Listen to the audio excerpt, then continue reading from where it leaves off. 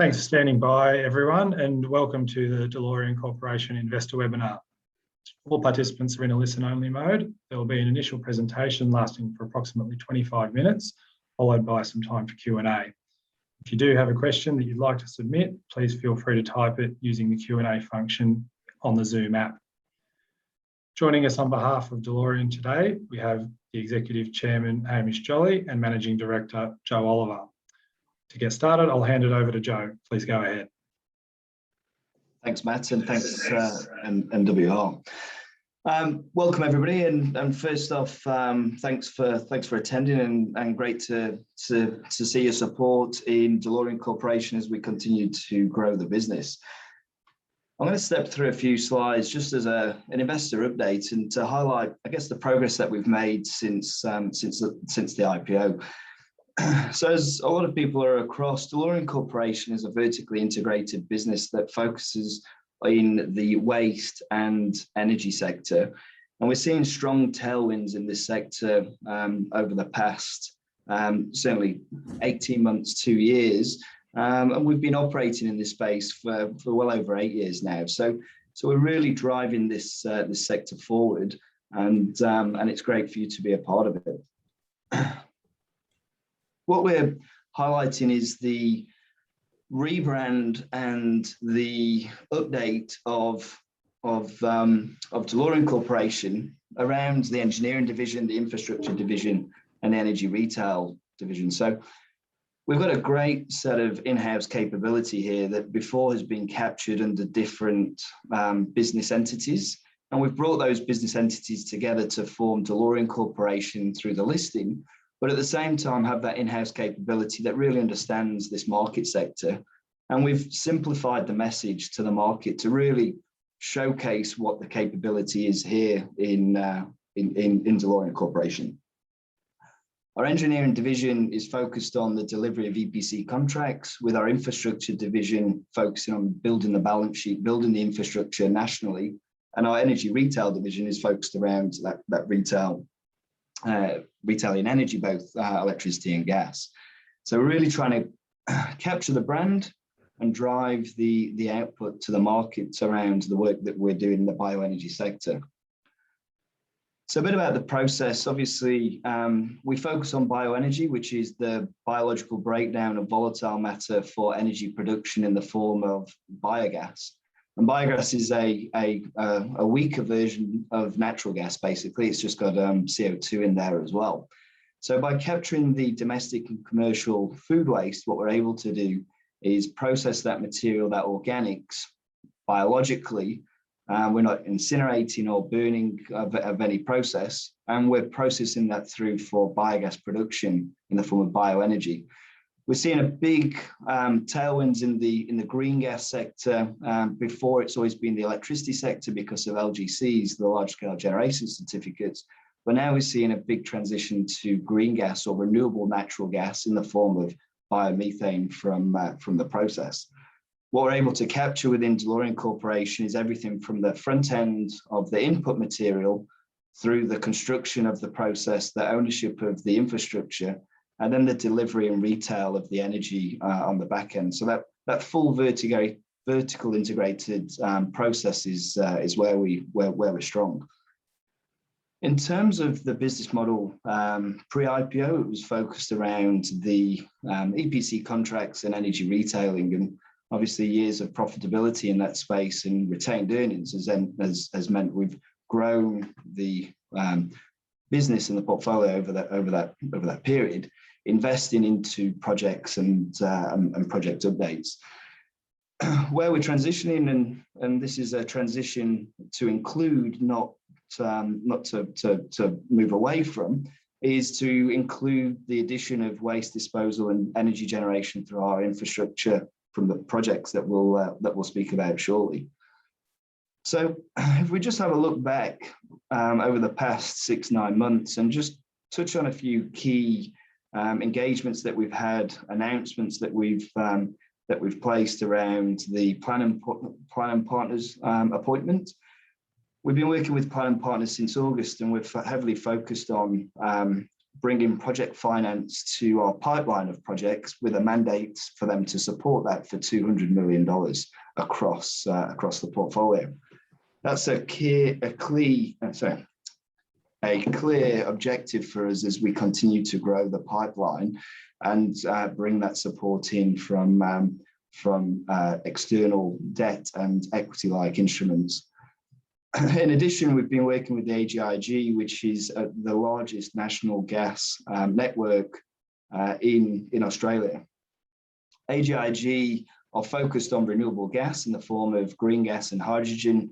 The biomethane side is where we fit well into their network, which spans quite a few states here in Australia, and it will enable us to work with them in Victoria, South Australia, and other states as we continue to build the pipeline. In recent news, we secured the delivery and development of a national approach with Brickworks, focusing in New South Wales first off, and that's really about developing and delivering a national rollout of bioenergy facilities that sit behind the meter and offset their fossil fuel gas consumption and deliver energy behind the meter in the form of green gas. One of the main elements of the green gas was the issue around offsetting the fossil fuel and looking at other green gas sources such as hydrogen and others, meant that green gas from biomethane through bioenergy was an obvious fit for them. No need to change infrastructure and others, so it tied in quite well. In terms of the further work that we've been doing across the business is really around the development of the pipeline of projects that we're working on, from concept stage through to development and deployment nationally, increasing that organics footprint. The projects that we've worked on to date are in the sum of about $500 million of projects across that, and we've applied for about $30 million worth of grants that's linked into that $500 million. So really expanding that pipeline of opportunity as we underpin the future development with planning partners around project finance, national rollout with Brickworks, and support with AGIG with the gas grid. So really succinct in our drive and our strategy to become a national infrastructure and generator and retailer of gas to supply and support the green gas needs in the network. So what does that look like in terms of organics? What we know is that there's well over 12.5 million tonnes of organic waste streams across nationally. And you can see the different states. So building a 50,000 tonne facility or a 100,000 tonne facility, you can see in Victoria, New South Wales, Queensland, there's multiple capture there. In addition to the organics from the likes of food manufacturing and other FOGO and other streams of organics, what we see is that there's actually a further 28 million tonnes of agricultural and fishery waste that could also be captured for bioenergy. So a huge volume, a huge opportunity of organic waste that can be tapped into for anaerobic digestion. In terms of bioenergy, it's the preferred method to process organics around carbon capture, carbon offset, generation of renewable energy, and not consuming energy to break that organic down, in addition to the capture of nutrients and recirculating back into the soils. So a full holistic, vertically integrated input from diversion of landfill in through the process to capture and spreading back to the land, capturing the energy. So our pipeline of activity is spanned across most states, increasing the opportunity of capturing projects in New South Wales, further projects in Victoria and Queensland and WA, inclusive of Tas. So really driving that portfolio approach and that national landscape to deliver further projects nationally. which is key to this success. And this talks about the 500 million pipeline, $30 odd million of grants.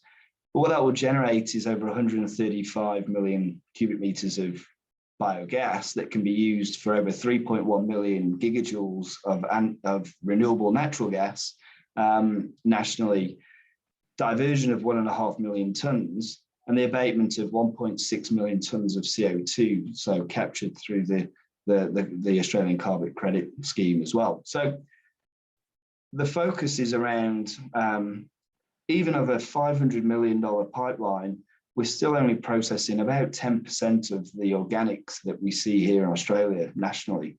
So that 1.5 million tons will generate further offset from an emissions perspective and the renewable energy that comes off the back of that. So that 3.1 million gigajoules per annum is crucial for us to be capturing that, utilizing that energy and offsetting fossil fuel gas. So what that looks like from a gas perspective is we've explored the hydrogen market quite a lot. We understand the green gas from hydrogen is taking a lot of attention, and I think what we see is there's a great opportunity to really crystallize the green gas, the biomethane, the renewable natural gas that's actually commercially viable now. We're able to process and generate renewable gas at similar prices to fossil fuel gas compared to hydrogen at $5 a kilo, which is about $40 a gigajoule. So what you can see is that when we compare the two side by side, the likes of brickworks and other gas consumers that want to decarbonize, offset, is a clear focus where we're able to be commercially viable now at scale that enables them to offset and decarbonize.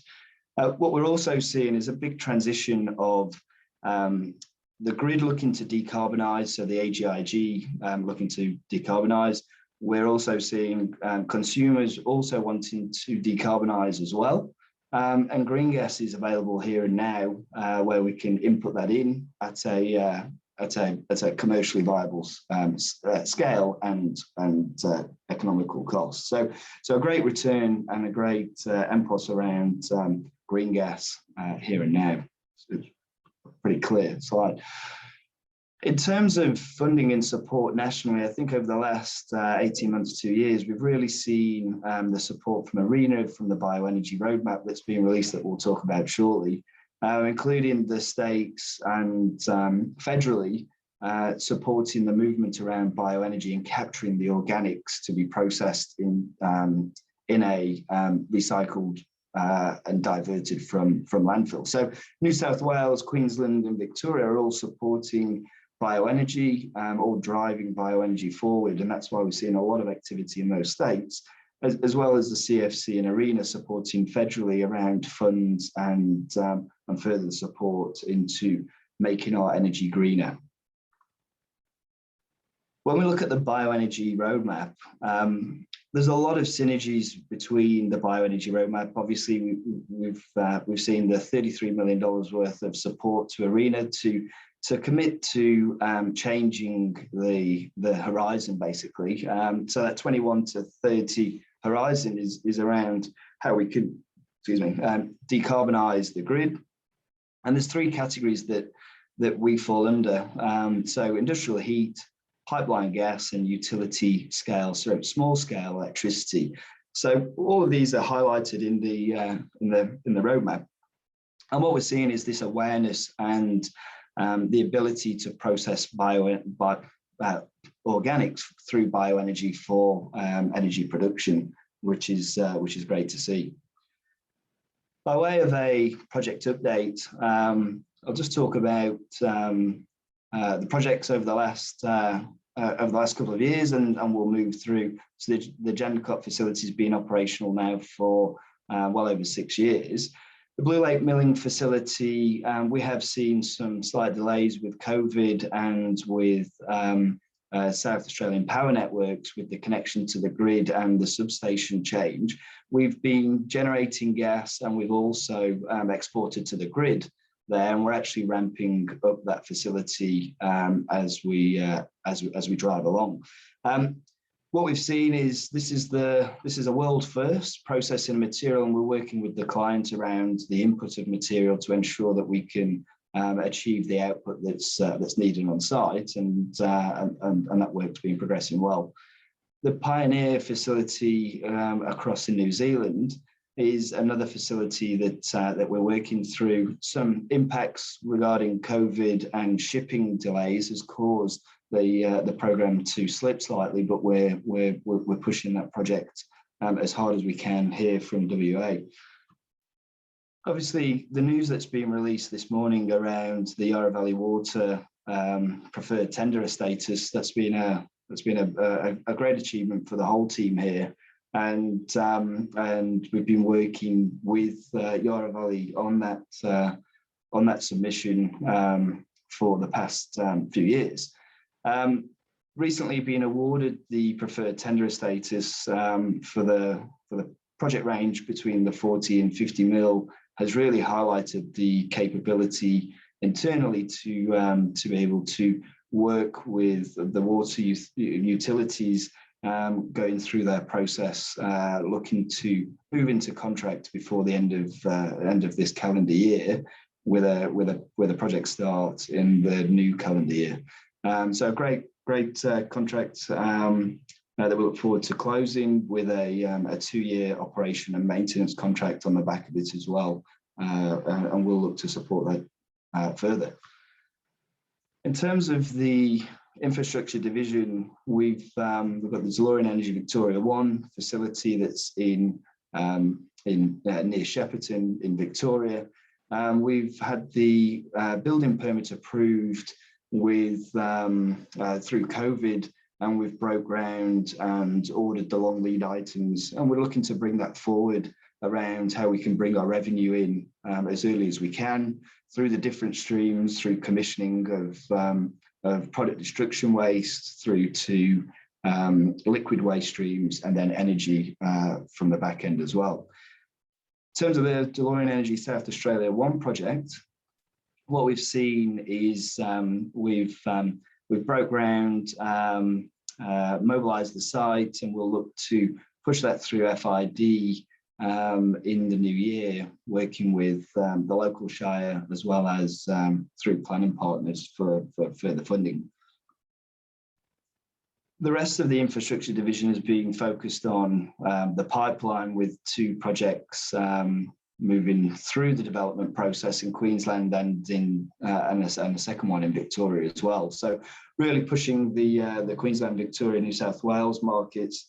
The Brickworks, the New South Wales project with Brickworks is underway. We've got a dedicated local resource that's aligned to that. In terms of project delivery, we've in amongst the rebrand, we've brought in further resource from an operational perspective, in addition to a COO and local resource on site and in different states to be able to project manage and deliver. We've also took a different view on the delivery of projects and the project timeframe, noting that shipping could see further delays for the next few years. So ensuring that we're getting things on the boat earlier is the prime objective. I think we recognise that we haven't had as much information out on the projects to date, and I think as we head into the new year, we'll be updating more regularly the market of where we're up to with each project. That we've been working through the COVID project and shipping delays and requirements to ensure that we meet the project requirements as we continue to grow the organisation. From an energy retail perspective, what we can see is additional growth in revenue and in contracted revenue locked in for FY22. We are seeing a changing energy market, and we're certainly focused around hedging that energy position to manage and maintain margin where possible. We're also exploring further DER strategies around managing the risk across and further behind the meter with other solar and battery systems as well. So a real strategy and drive into that distributed energy resource and de-risking from a hedging perspective, as well as growing the book. So this is predominantly in WA, but growing the book on the East Coast around the projects as they come online from a generation perspective. So our top 20 holding is seen as 74% of the issued capital, with 51% held by the founders and the board. We've got a cash position of 5 mil. This was taken yesterday with a market cap of around 36.7 at a share price of 20.5 cents. So we're certainly driving that forward. The board hasn't changed. We continue to utilise both David and Steve and Hamish to come together with a strong board, with the addition of Martin Lodge, the COO, to handle operations as we continue to grow and be successful.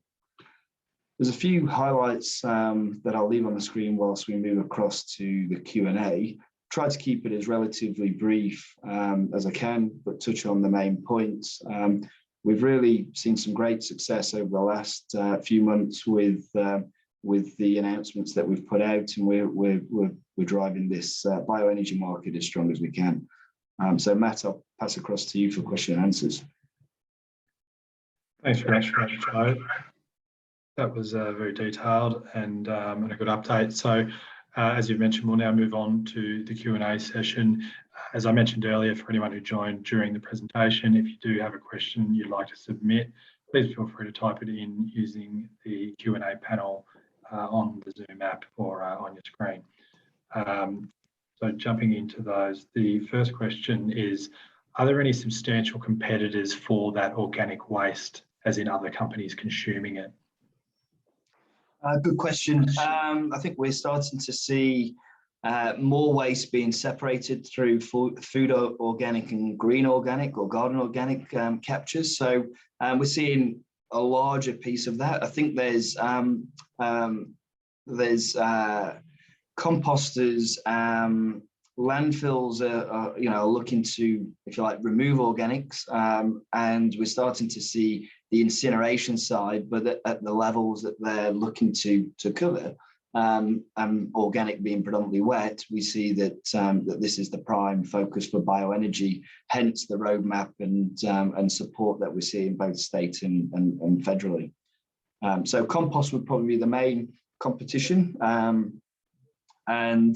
but I'd say the capture of energy and nutrients, as opposed to just consuming energy for compost, is probably outweighs the return from that perspective. Thanks, Joe. Next question is, can you please provide more colour as to how the Planum process is going? Yeah, we're working through a structured process with Planum around the debt and equity, like project finance, effectively. So we're working very closely with them. We expect to move through that process relatively quick. It started in August. There's been a lot of information shared. We've done a lot of due diligence through that pipeline. We've seen through the ERY process a great response from a lot of companies. And we expect to be concluded by January, February with a binding term sheet. Thanks, Joe. The next question is just with regards to the cash balance. I think it was around the 5 million mark, and how that looks moving forward. Obviously, I know you've been profitable in the past, but can you just give some colour around that? Yeah, we've deployed a lot of capital into projects, into the development of projects, into working capital across the group, as well as the Devo project. We've also took some positions around LGC shortfalls and other positions to give shareholder returns. So we're working through that. and we're looking to back the projects up with the planning process that we've got in play as well. Great, thanks, Joe. The next question is just around, you've obviously got plenty happening from an Australia and a bit of New Zealand as well perspective, but is there any scope to take this into international markets or any projects that you've sort of considered in that regard? Yeah, look, we've been approached a few times on overseas projects, certainly in the likes of Indonesia, Asia, and the surroundings. There's certainly an interest. I think COVID has made us focus more on the Australian New Zealand market. We know the $500 million pile size of the pie that we're working through. So there's plenty of work that we've got at our fingertips that we're concluding on. Which is where the main focus is, but we have been approached a few times on projects across the seas, effectively. Excellent. The next question that's come through is, can you provide some details on who the incumbent contractor was at Yarra Valley Water? The person sending the question said that they understand the incumbent waste to energy facility is in Wallet. Yeah, unfortunately, probably can't go outside of the update that we sent this morning. We've been working with Yarra Valley Water, moving that into contract close, and we'll be able to share more information once we close that contract.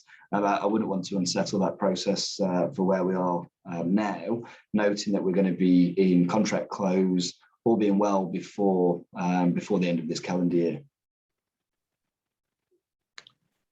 Great. And another question is just, what gives you the most confidence about the business going into 2022, if you had to give a key reason?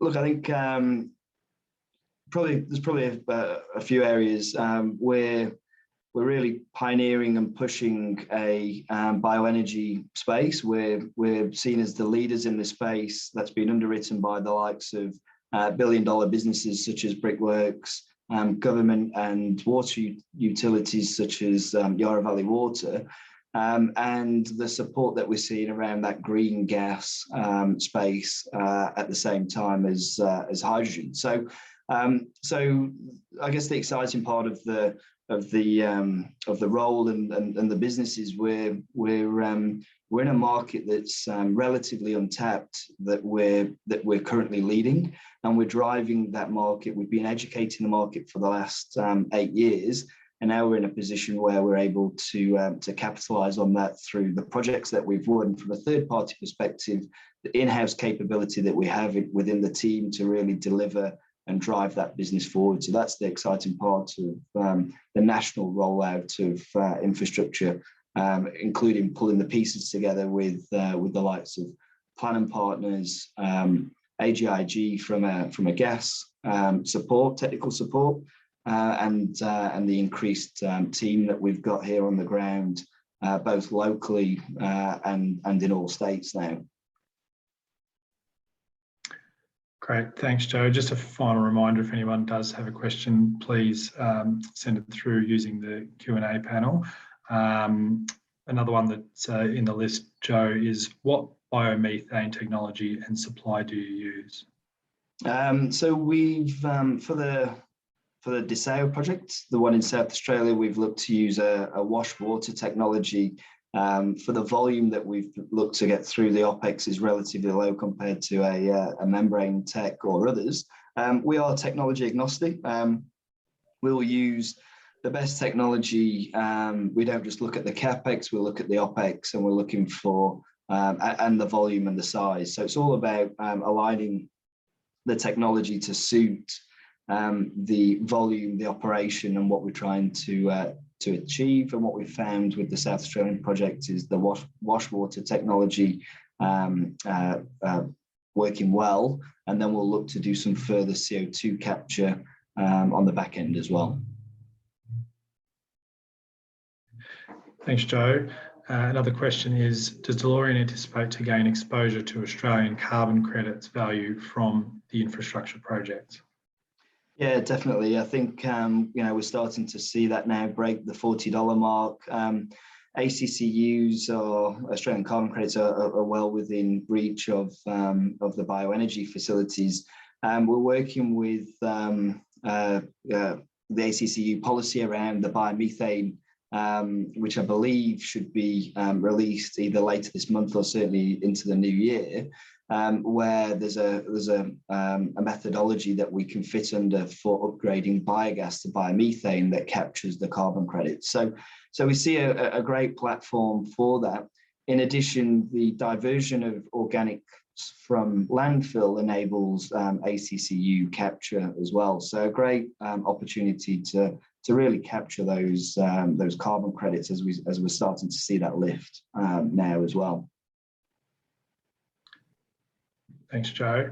The next question is, what is the impact of anticipated inflation on upcoming projects? Good question. I think we're all seeing a material hike across the board, as well as shipping and timing and possible shifts in foreign exchange as well. I think the great thing, once we've got time, is we've got the whole of the market to be able to manage this globally. So we're able to pull equipment out of different countries or here in Australia to deliver the best outcome, basically. So we explore all elements of project delivery in terms of equipment, but we see the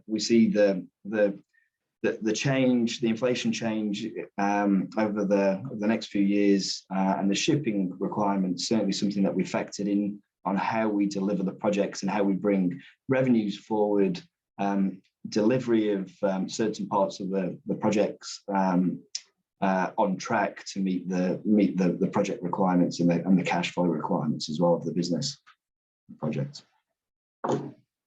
Yeah, great. Thanks, Joe. And I'll just give a final reminder. If anyone has a question, please feel free to send it through. Joe, just one from me. ESG is obviously a term that that we're hearing more and more. I suppose I just wanted to ask if you could add a bit of colour around that idea, and if you're sort of seeing any other unique sort of opportunities come up over the last sort of 12 to 18 months as a result of that discussion expanding. Yeah, good question. Look, ESG is definitely being brought to the forefront. We're seeing banks not lending around fossil fuel generation. So we're seeing that get tighter. So the interest from larger companies to decarbonise is being driven both from a lending perspective, but also from an ESG and doing the right thing perspective. So we're really seeing a lot of interest. We're getting a lot of interaction where people are wanting to decarbonise their current energy. And in some cases, they've got from food manufacturing, they've got waste streams and others behind the meter. So we're really seeing that on-site, behind the meter play drive the business forward as well. But certainly ESG is a big focus of late through the COVID period. Thanks, Joe. One more that's come through with regards to Blue Lake. I know you touched on it during the presentation, but is there any official update on production coming? Yeah, so recently we've been allowed to connect back to the grid, and we're bringing the facility back up online around the generation. We've been working through the input product and processing that material to get the energy out needed. We're working with the client on this, and we're pushing for end of this year, early next year, where we'll have that plant at capacity. So a lot of work's been done around the product size. We've done a lot of work in the R&D space around this first of its kind facility processing an agricultural residue as opposed to what we see at Richgrow and the EcoGas site, which is more organic food waste from the market effectively. So working with the client to optimize and get that facility where it needs to be. Thanks, Joe. And got time for one more, which is just what happens with the organic matter after it's been used to generate energy? Is there a lot of waste left over, and is there any ability for you to sell it? Yeah, so good question. We're doing a lot of work in the different states around the use of organics as a fertilizer. We feel that it's going to be a big market, and we've been exploring corporate farming models as well, growing crops from different digestates basically as it comes out. We typically see about 80% come out in a liquid digestate form, and that's what we're able to spread to land to capture those nutrients. In the likes of Europe and the rest of the world, we see that being used to grow energy crops, food crops, and others, with the residue going into these types of facilities. So a great circular economy, a great platform for us to be able to grow further food, carbon sequestration, look at how we use nutrients locally. The project in Victoria, the Delorean Energy Victoria 1, the DEVO project, is in an agricultural precinct. So being able to utilize that nutrients back to the farming land and the surroundings is a great opportunity to monetize and create additional revenue streams. Great. Well, thanks very much for all that, Joe, and much appreciated for the update, and to you and Hamish for taking the time today. Equally, thank you to all the shareholders and other interested parties who've joined the webinar today. That does conclude the session for Delorean today, but we'll look forward to seeing you again soon. And if there's any follow-up questions, please feel free to reach out to the team. Their contact details are on the bottom of the company announcements. So we'll leave it at that. Thank you. Thanks, guys. Appreciate your time.